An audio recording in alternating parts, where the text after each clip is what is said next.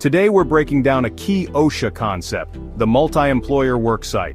If you work in construction or manage job sites with multiple crews, this is something you need to understand clearly. Let's dive in. When more than one employer operates at the same location, OSHA defines it as a multi-employer worksite. Think construction sites.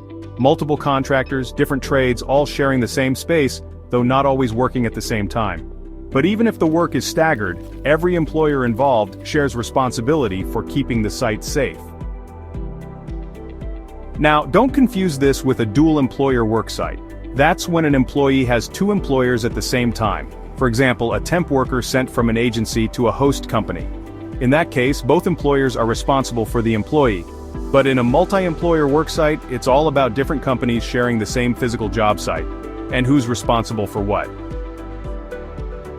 OSHA identifies 4 categories of employers on multi-employer worksites: the creating employer, the one who causes the hazard; the exposing employer, the one whose workers are exposed to the hazard; the correcting employer, the one responsible for fixing the hazard; the controlling employer, the one who oversees the site and has authority to enforce safety.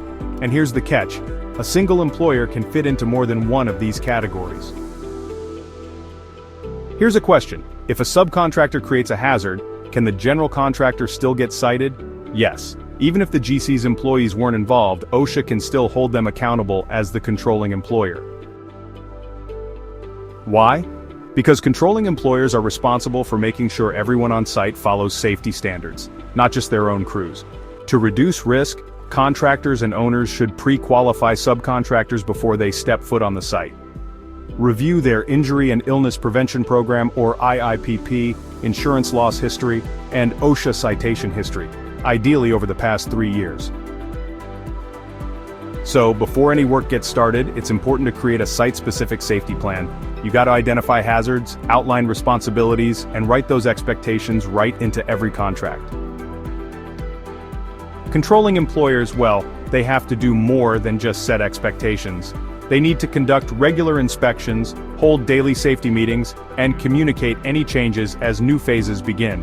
And if another employer isn't following the rules, the controlling employer has a duty to act, even if that means suspending or terminating their contract.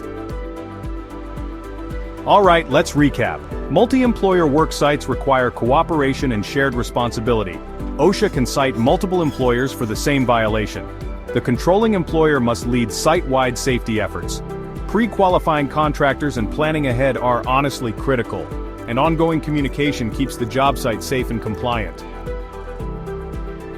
Thanks for watching, and remember, safety isn't just about protecting your own crew.